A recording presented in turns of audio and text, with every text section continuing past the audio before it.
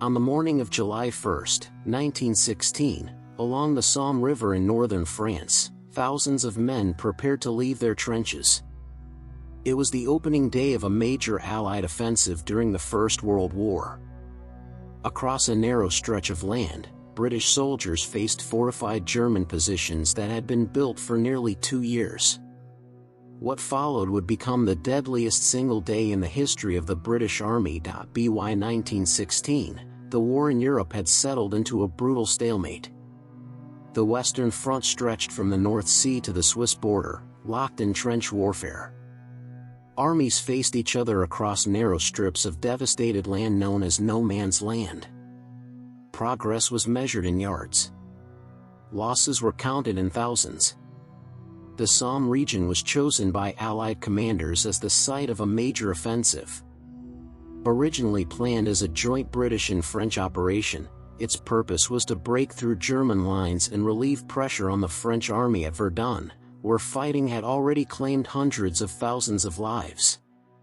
As French forces were drawn deeper into the struggle at Verdun, the responsibility for the Somme offensive fell increasingly on the British Army. Many of the British soldiers assembled along the Somme were volunteers. They came from cities, towns, and villages across Britain. Entire communities had enlisted together in what became known as PALS battalions. They trained for months, but few had seen real combat. Their officers trusted in preparation, discipline, and planning. The British High Command believed the German defenses could be destroyed before the infantry attack. For 7 days, artillery bombarded the German trenches. Millions of shells were fired. The ground shook continuously. Commanders were confident that the wire defenses would be cut and that enemy soldiers would be killed or forced to retreat deep into their shelters. But the German army had adapted to trench warfare. Their positions on the Somme were deep and reinforced. Dugouts were built well below ground. Concrete machine gun nests were carefully positioned. When the shelling ended, many German units emerged largely intact. British plans relied on timing and precision. Infantry were ordered to advance in straight lines. They were told to walk, not run, across no man's land. Heavy equipment weighed them down. Each man carried rifles, ammunition, tools, and supplies. The belief was that resistance would be minimal. At 7:30 in the morning, mines exploded beneath the German lines. Whistles blew along the British trenches. Thousands of soldiers climbed out at once. They stepped into a landscape of smoke, mud, and shattered earth. Officers expected a breakthrough. Instead, they advanced into silence that lasted only seconds. As British soldiers moved forward, the reality of the battlefield became clear. German machine guns opened fire almost immediately. From reinforced positions, gunners swept no man's land with controlled bursts. Lines of advancing infantry were cut down within moments. The artillery barrage had failed to destroy much of the barbed wire. In many sectors, it remained intact.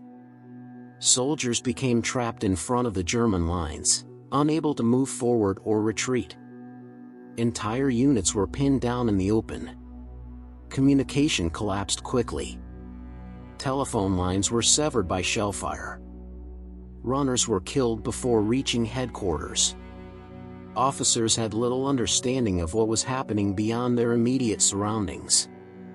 Orders continued to be sent forward based on plans that no longer matched reality. Some units reached the German trenches. In isolated areas, small groups managed to fight their way inside. These successes were limited and unsupported. Without reinforcements or clear instructions, they were forced to withdraw or were overwhelmed by counterattacks. Commanders far behind the lines believed progress was being made. Reports were delayed or inaccurate. Fresh troops were ordered forward into the same killing zones. The battlefield became crowded with wounded men. Medical services were overwhelmed. Stretcher bearers worked under constant fire.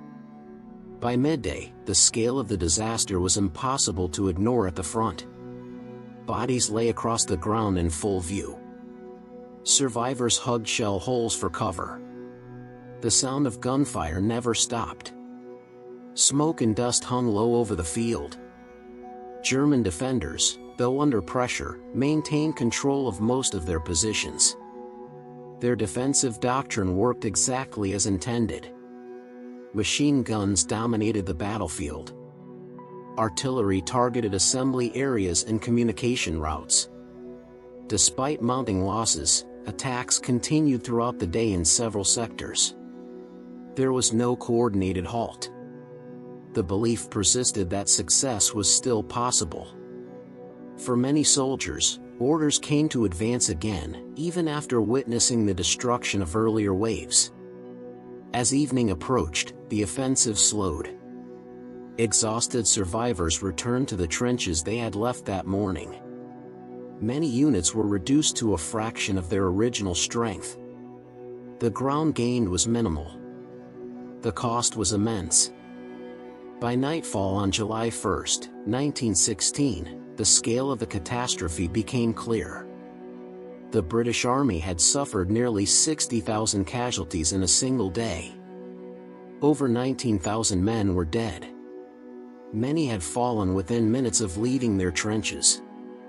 Entire battalions ceased to exist. Some communities in Britain would receive dozens of death notices at once. In certain streets, nearly every household was affected. The loss was not only military. It was deeply personal. The battlefield itself told the story. No man's land was filled with bodies. Some wounded soldiers lay where they had fallen, calling for help that could not reach them. Darkness brought cold and rain. The sounds of the wounded carried through the night. German forces also suffered losses, but far fewer. Their defensive positions remained largely intact. The front line had barely moved. Strategically, nothing had been achieved. Yet the offensive was not stopped. High Command decided to continue the battle in the following days and weeks. The Somme campaign would last until November. Millions of men would pass through the same ground. The landscape would be reduced to mud and craters. Villages would disappear completely. July 1st remained the worst day. It set the tone for what followed. The belief that sheer numbers and endurance could overcome entrenched defenses dominated decision-making. Lessons were slow to be learned.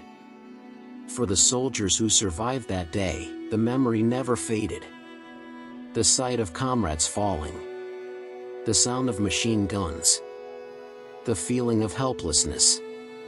These experiences defined a generation. Official reports spoke of bravery and sacrifice. Statistics replaced names.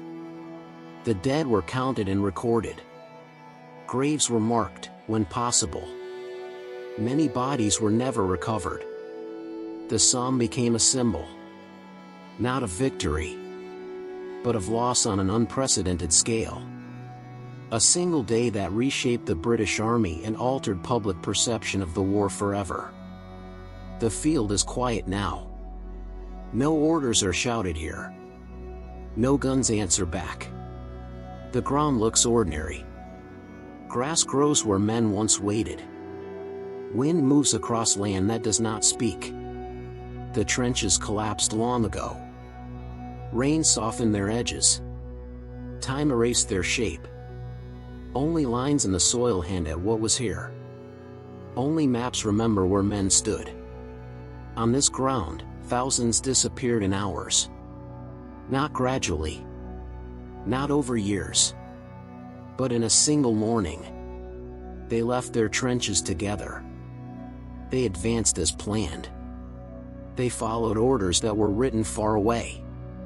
Many never reached the wire. Many fell before they understood what was happening. Some lay wounded until night came. Names were recorded later. Numbers were added. Totals were announced. But numbers do not show faces. They do not show fear. They do not show how fast it ended. Entire battalions were reduced to fragments. Friends lost sight of each other in smoke. Voices were drowned by gunfire. By evening, silence returned. Not because the battle was over, but because there were fewer voices left. The battlefield held its breath. Bodies lay where they fell. The wounded waited. Some were found. Many were not. Reports were written. Language was careful. Phrases were chosen to soften the truth. The offensive continued. Days followed days. The war moved on. July 1st became part of something larger. A campaign. A chapter. Its scale was difficult to explain. Its meaning was uncomfortable. Families at home received letters. Some received several at once. Others waited for messages that never came. Houses went quiet. Workplaces lost familiar faces. Entire streets changed. The war demanded attention elsewhere. New battles replaced old ones. Loss became constant. Memory adjusted. Shock faded into distance. The day was absorbed. Years passed. The ground healed. Markers were placed. Cemeteries gave shape to loss. Rows replaced chaos. Stone replaced flesh. But even stone weathers. Letters fade. Names become harder to read. The men who survived aged. Their stories shortened. Their voices grew fewer. Some spoke. Many did not. The day remained difficult to describe. Too sudden. Too large. It did not offer a clear lesson. It did not end the war. It did not bring resolution. It stood alone. A moment of pure cost. As decades passed, it was mentioned less. Other dates took its place. Other losses demanded memory. The First World War became distant. Then abstract. Then historical. July 1st remained in records. In archives.